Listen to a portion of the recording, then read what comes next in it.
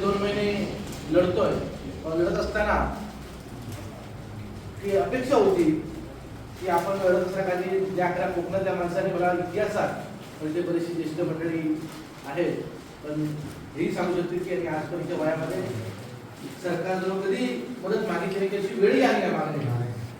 पण आज वस्तूच ती आहे की आम्ही घाटावर गेलो, आंदोलन करतात किंवा आपण करतो असा काय भाग नाही. पण आज खरोखरच मी पण बागायतदार आहे की माझ्यावरून म्हणजे माझ्या व्यवसायावरून मी माझी 2% यावर्षी व्यवसाय नाही आपल्याचा. म्हणजे त्याची भयानक परिस्थिती म्हणजे औषधाची बिलं आणि कामगारांचं हे ताळमेळ घालणंच कठीण आहे. त्याची प्रत्येकाची परिस्थिती आहे. मग आपण यावर्षी हे पहिल्यांदाच इतिहासात आपण रस्त्यावर कोकण क्षेत्र उतरला. पण असं असताना मोर्चा काढणे सगळ्या गोष्टी केल्या असताना शेवटी बाबा आपण मुंबईला वर्षा बंगल्यावर मोर्चा काढण्याचा निर्णय घेतला. पण त्या ठिकाणी खरोखरच तुमच्यातले कोण लोक असतील त्या ठिकाणी तर त्याने ती परिस्थिती बघितली असेल. म्हणजे अक्षरशः म्हणजे आपल्या भाषेत बोलायचं झालं तर आपण कुत्र्याला सुद्धा किंमत त्याची वेळी सन्मानाने देतो, हड तरी करतो, म्हणजे बाजूला जा म्हणतो. पण त्याच्यापेक्षा भयानक परिस्थिती म्हणजे वाईट वाटलं की कोकणचा शेतकरी स्वाभिमानी आहे. आपण कधी म्हणजे लाचारी ही कधी म्हणजे पत्करली नाही. असं असताना जे काही पोलिसांकडून किंवा सरकारकडून त्या ठिकाणी जो काही गोष्टी करण्यात आल्या, पण ठीक आहे असू नये तरी सुद्धा आपण राजकारण हा विषय बाजूला ठेवून शेतकरी म्हणून आता प्रत्येकाने रस्त्यावर उतरायची वेळ आहे. आणि आता जर आपण एकत्र जवळ तर भविष्यात आपले दिवस खूपच कठीण आहे. कारण दिवसादिवस असं जर शेतकऱ्याच्या मध्ये तसे अन्याय होत राहिले तर अनेक तर मुळात आपला देवगड तालुका आंबा आणि मासेमारी या 2 व्यवसायावर आपण वर्षाचं सगळं नियोजन त्याच्यावर असतं. आणि असं असताना आज जे काही संकट आहे त्याच्यातून प्रत्येकाने सावरलं पाहिजे. आणि आपल्या इतिहासात कोकणातल्या शेतकरी आत्महत्या करत नाही हा एक आपल्याला इतिहास आहे. तोही तसाच ठेवला पाहिजे. कोणीही तो आपण विचार करूया नको. तर अशी परिस्थिती आहे तशी म्हणजे आत्महत्या करणे एक पण तोही आपण विचार करायचा आहे की ठीक आहे त्याच्यात आपण सगळे एकमेकाला साथ देऊन यातून सावरूया. पण आता आपण काकांच्या आपल्या अध्यक्षांच्या आम्ही या ठिकाणी बसली म्हणजे सर्वपक्षीय आहे.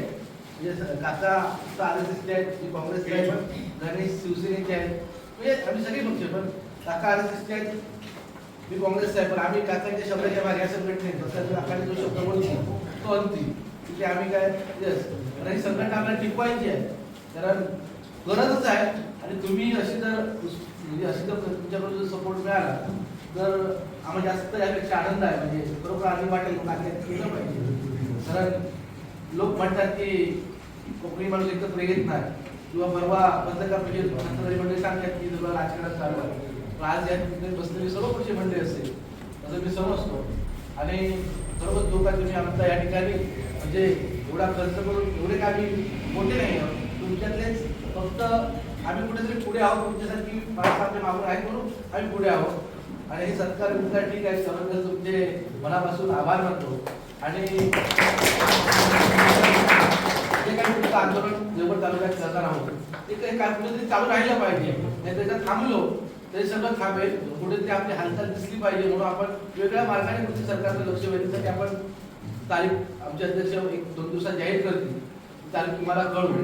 त्यावेळी आज जी उपस्थिती याच्यापेक्षा उपस्थिती त्यावेळी असेल असे मी आशा बाळगतो. आणि जो काही आज तुम्ही या ठिकाणी आमचा सन्मान केला पुन्हा तुमचे सर्वांचे आभार.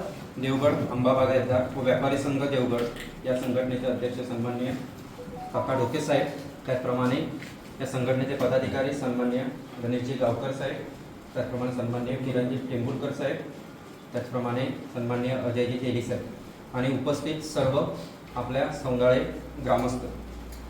आजची ही जी चर्चासत्र आपण सभाना आपण म्हणता चर्चासत्र जे आपण या ठिकाणी आयोजित करण्यात आलेलं होतं त्यासाठी ज्यांनी पुढाकार घेतला त्यांचे सर्वप्रथम या ठिकाणी मी आभार मानतो की त्यांच्या प्रयत्नातून या ठिकाणी एवढे ग्रामस्थ आमचे समुदायवासीय एकत्र आले.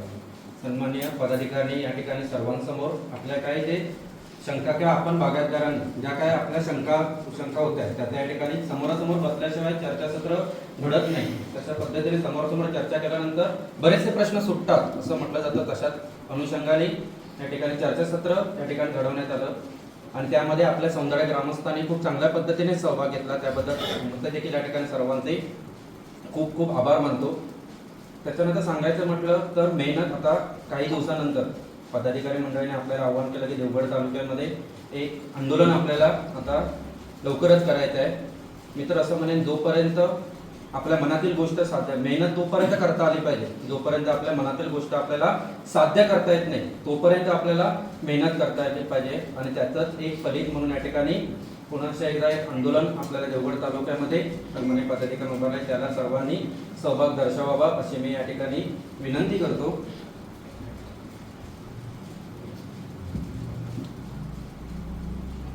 या ठिकाणी आमच्या विनंतीला मान देऊन या ठिकाणी सर्व पदाधिकारी उपस्थित राहिले त्याबद्दल सौंदाळे वासियांच्या वतीने मी सर्वांचे पुनश्च एकदा या ठिकाणी आभार मानतो आणि अध्यक्षांच्या परवानगीने या ठिकाणी छोटेखानी जागृतीचा कार्यक्रम या ठिकाणी संपन्न झाला असं अध्यक्षांच्या परवानगीने जाहीर करतो.